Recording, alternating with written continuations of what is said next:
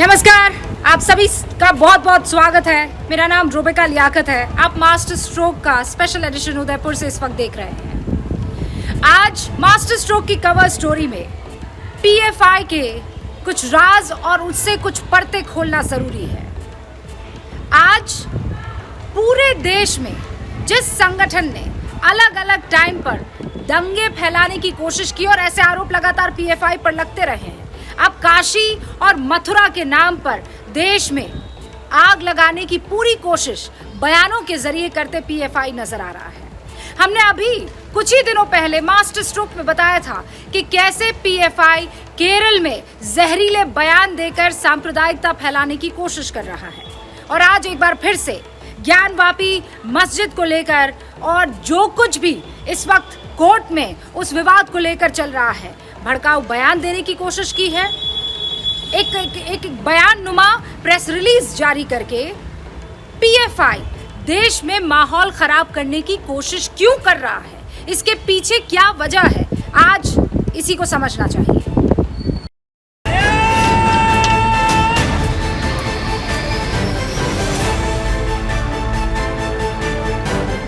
ये सिस्टम बर्बाद करने वालों को कैसे रोक के इधर इंसाफ कायम करेंगे वो भी हमें मालूम है।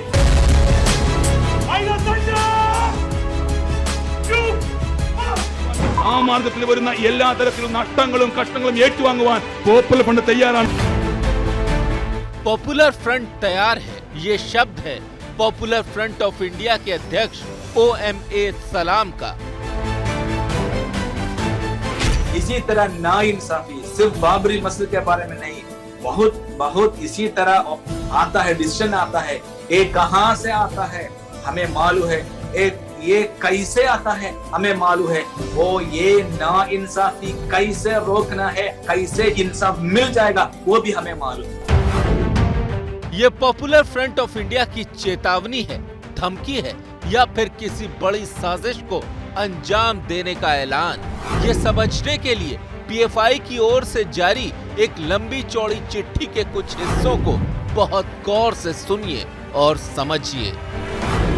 ज्ञानवापी मस्जिद और मथुरा शाही ईदगाह मस्जिद के खिलाफ संघ परिवार के संगठनों की गलत इरादे वाली याचिकाएं 1991 के कानून के सरासर खिलाफ हैं और अदालतों को इन्हें मंजूर नहीं करना चाहिए।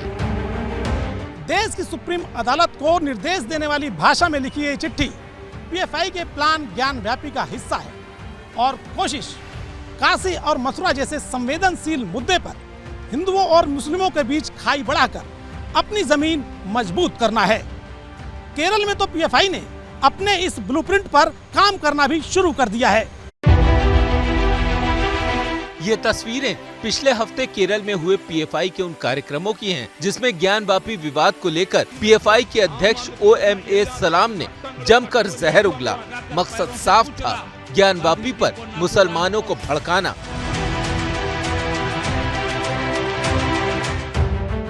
अपने भाषण में पीएफआई अध्यक्ष ने अमन चैन की अपील करने वाले मुसलमानों को भी नहीं बख्शा और सरकार को सीधी चुनौती दी। പള്ളി കമ്മിറ്റി വേണമെങ്കിൽ കേസ് നടത്തിക്കൊള്ളാം, നിങ്ങൾ തെരുവിലിറങ്ങരുത് എന്ന് ഉപദേശിക്കുന്ന നല്ല വാക്കുകൾ ഉപദേശിക്കുന്ന ആൾ പറയട്ടെ, ഇല്ല, ബാബരി മസ്ജിദിന്റെ കാര്യത്തിൽ ഇന്ത്യൻ മുസ്ലിങ്ങൾക്ക് സംഭവിച്ച അബദ്ധങ്ങൾ ഒന്നൊന്നായി തിരുത്തിയും കൊണ്ട് ഇനി ഒരിക്കലും ഒരു ബാബരി മസ്ജിദ് ആവർത്തിക്കാതിരിക്കാൻ ആവശ്യമായ മുഴുവൻ ശ്രമങ്ങളും ഇന്ത്യൻ ജനത നടത്തിക്കൊണ്ടിരിക്കും. അതിനുവേണ്ട എന്ത് പിന്തുണയാണോ അതിന് മുമ്പിൽ നയിക്കണമെങ്കിൽ മുമ്പിൽ നയിക്കുവാൻ ആ മാർഗത്തിൽ വരുന്ന എല്ലാ തരത്തിലുള്ള നഷ്ടങ്ങളും കഷ്ടങ്ങളും ഏറ്റുവാങ്ങുവാൻ പോപ്പുലർ ഫ്രണ്ട് തയ്യാറാണ്। ज्ञानवापी को बाबरी से जोड़कर पीएफआई देश में फिर 90 के दशक वाले हालात पैदा करने का ख्वाब देख रही है। इसके लिए एक तरफ केरल से जहर बुझे तीर छोड़े जा रहे हैं, तो दूसरी ओर भड़काऊ चिट्ठी जारी की जा रही है। पीएफआई की जो नई चिट्ठी जारी हुई है वो पीएफआई के ऑपरेशन भड़काऊ मुसलमान का ही हिस्सा है, जिसमें लिखा गया है कि देश भर में जनता मस्जिदों के खिलाफ जारी कार्रवाई का प्रतिरोध करे। पीएफआई की प्रेस रिलीज में काशी और मथुरा विवाद की याचिकाओं पर सुनवाई को गैर कानूनी बताया गया है और कहा गया कि अदालतों का इन याचिकाओं को मंजूर करना गलत है। यही नहीं, पीएफआई ने ज्ञानवापी के वजू खाने पर सुप्रीम कोर्ट का फैसला निराशाजनक बता दिया है। पीएफआई की दलील है कि अदालतों के रुख से देश भर की मस्जिदें निशाने पर आ गई हैं और इन याचिकाओं से सांप्रदायिक दुश्मनी बढ़ेगी।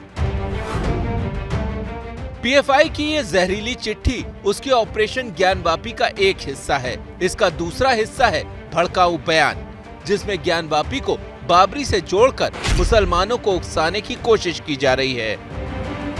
जो बाबरी मस्जिद के साथ 1992 में हुआ वो ज्ञानवापी मस्जिद के साथ हम होने नहीं देना है। ये किसी एक संगठन की जिम्मेदारी या किसी एक इंडिविजुअल की जिम्मेदारी या उस मस्जिद कमेटी की जिम्मेदारी नहीं है। ये पूरे के पूरे इंडिया की मुस्लिम कम्युनिटी की जिम्मेदारी है। बाबरी मस्जिद का जब इशू चल रहा था, मस्जिद दे दो, अमन के लिए मस्जिद की जमीन दे दो, तोहफे में दे दो, उन बेवकूफ़ों को समझना चाहिए। और हम पहले से भी कह रहे थे कि मामला किसी मस्जिद या ज़मीन का नहीं था।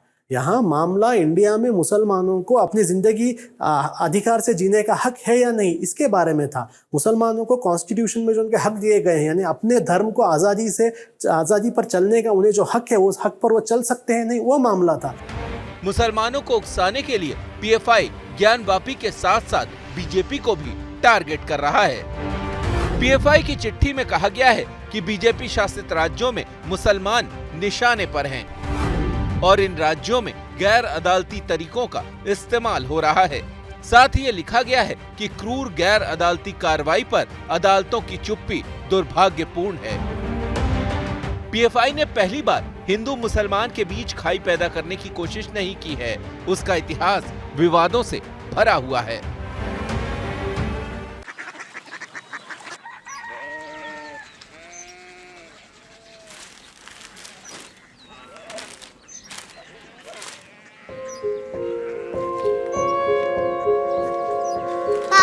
बाबा कोरिया सिटी जानी ना।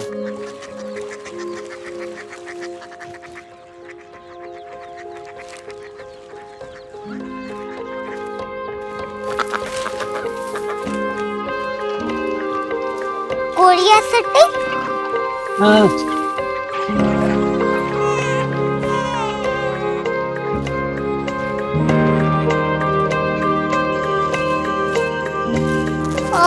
कोरिया सिटी कहाँ पे है? शहर अंग्रेजी लगे हैं।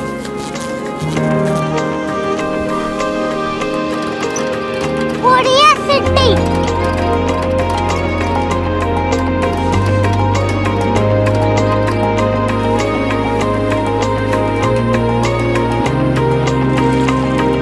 वो बहुत दूर है।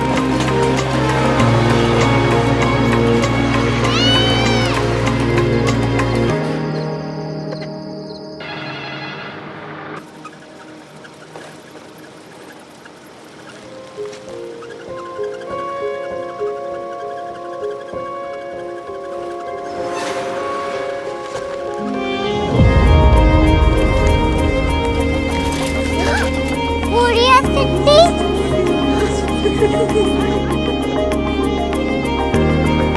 दुनिया कुछ लोग बड़े होते हैं। कोरिया सिटी कहाँ है? प्रोफेसर साहब को पता होगा। हो, ये छोटा वाला ग्लोब लगता है और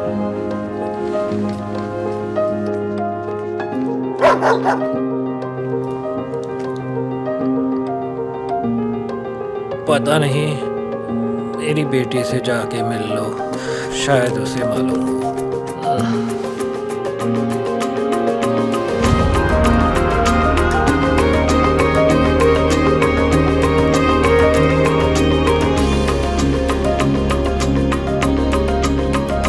हाय, बाबा ने भेजा है। Come here. Korea city Korea city नहीं, क्यूरियोसिटी। वो क्या? That's what brought you here? जो तुम्हें यहाँ तक ले आया। क्यूरियोसिटी